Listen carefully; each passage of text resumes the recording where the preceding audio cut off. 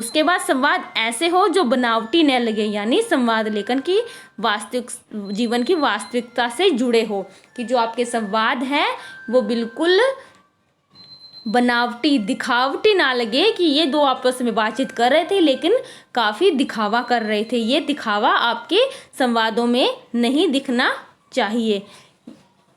यदि संवाद माता पिता भाई बहन या प्रिय से हो तो उनमें अनौपचारिकता होनी चाहिए, यानी कोई फॉर्मेलिटी नहीं होनी चाहिए, जो कि हम अपने रिलेटिव से कोई भी फॉर्मेलिटी नहीं करते हैं। तो ये चीज़ हमें इन संवादों में दिखानी चाहिए कि हम अपने माता पिता या भाई बहन से किस तरह से बात करते हैं। यदि संवाद शिक्षक ऑफिसर या किसी अपरिचित से हो तो उनमें औपचारिकता का निर्वाह होना चाहिए, कि जैसे हम अपने रिलेटिव से बात कर रहे हैं उनमें औपचारिकता नहीं दिखा रहे, लेकिन यदि हम अपने टीचर से, ऑफिसर से या किसी अजनबी से बात करते हैं तो जैसे कि हम नॉर्मली बिहेव करते हैं, उनके साथ औपचारिकता दिखाते हैं, फॉर्मेलिटी करते हैं, वह आपको इन संवादों में दिखानी है। वार्तालाप अवसर के अनुकूल होना चाहिए, यानी किस अवसर के अनुकूल है, जो कि आपका अवसर दिया गया है, जो आपको विषय दिया गया उसके अनुकूल ही होनी चाहिए। भाषा बिल्कुल शिष्टता से भरी होनी चाहिए, जैसे कि मैंने आपको पहले भी बता दिया। कोई भी बेफजूल के शब्द आपके संवाद में नहीं होने चाहिए, नहीं तो आपको मार्क्स बिल्कुल भी नहीं मिलेंगे।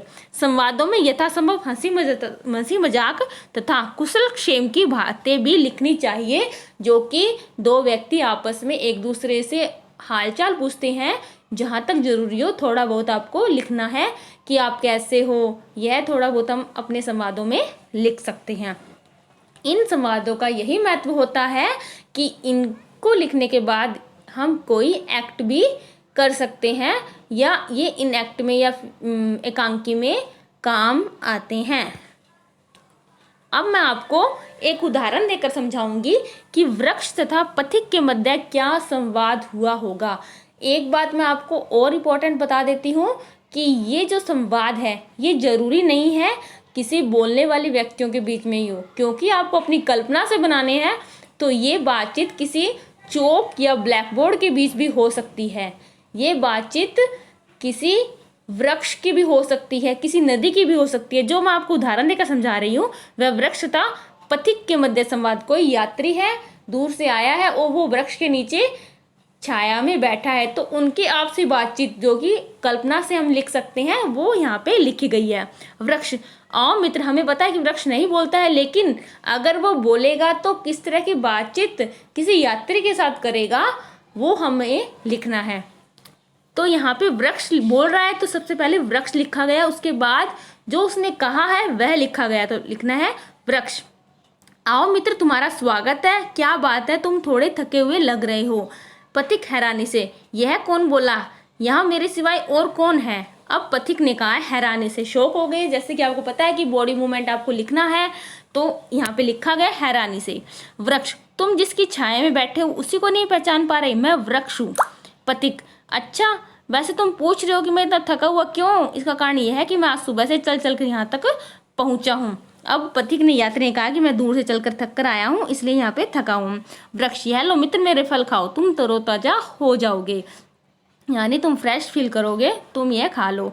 पथिक, फल खाते, धन्यवाद मित्र, यह फल तो बड़े स्वादिष्ट है। फल खाते हुए उसने जो बॉडी मूवमेंट किया फल खाने का, तो यहाँ ब्रैकेट में लिखा गया जो कि आपको अपने संवाद में लिखना है। वृक्ष, मित्र तुम कहाँ जा रहे हो। पथिक, मैं अपने मित्र के घर जा रहा हूँ। अच्छा, तो मैं चलता हूँ। वृक्ष, मित्र यह लो फल, अपने मित्र को मेरी ओर से भेंट करना है। यहाँ पे जहाँ पे जरूरी है वहाँ पे कोमा भी लगाए जा रहे हैं, वो आपको लगाने हैं। जहाँ पे क्वेश्चन मार्क कोई चीज़ बात पूछने के लिए तो वहाँ पे क्वेश्चन मार्क भी लगाना है। पथिक, मित्र तुम कितने अच्छे हो, तुम हमारा कितना ध्यान रखते हो, फिर भी हम मनुष्य स्वार्थी है तथा तुम्हारी कटाई के बारे में सोचते हैं, हमें माफ़ कर दो, मैं तुमसे मिलने आता रहूँगा। वृक्ष, शुभ यात्रा मित्र। तो इस बातचीत में, इस संवाद में हमने यह देखा कि इस संवाद से हमारे सामने एक कंक्लूजन निकला है। जहाँ तक हो सके आप किसी विषय को लेकर बातचीत कर रहे हो तो अगर आप कंक्लूजन निकालते हो कि उस बातचीत से एक निष्कर्ष निकलता है कि हाँ उन दोनों के बीच में आपसे बातचीत हुई है, तो एक हमें एक शिक्षा मिली है, इस कंक्लूजन से मिली है कि हाँ हमें वृक्ष नहीं काटने चाहिए, हम स्वार्थी, हम काटते हैं, यही वृक्ष हमें छाया देते हैं, यही वृक्ष हमें फल खाने को देते हैं, ऑक्सीजन देते हैं, लेकिन फिर भी हम इनके अपने बारे में ये बात ना सोच के इनके जीवन के काटने की सोचते हैं। ये कंक्लूजन निकला है। तो ये बहुत अच्छी बात है अगर आप अपने विषय के अकॉर्डिंग कोई कंक्लूजन निकाल सकते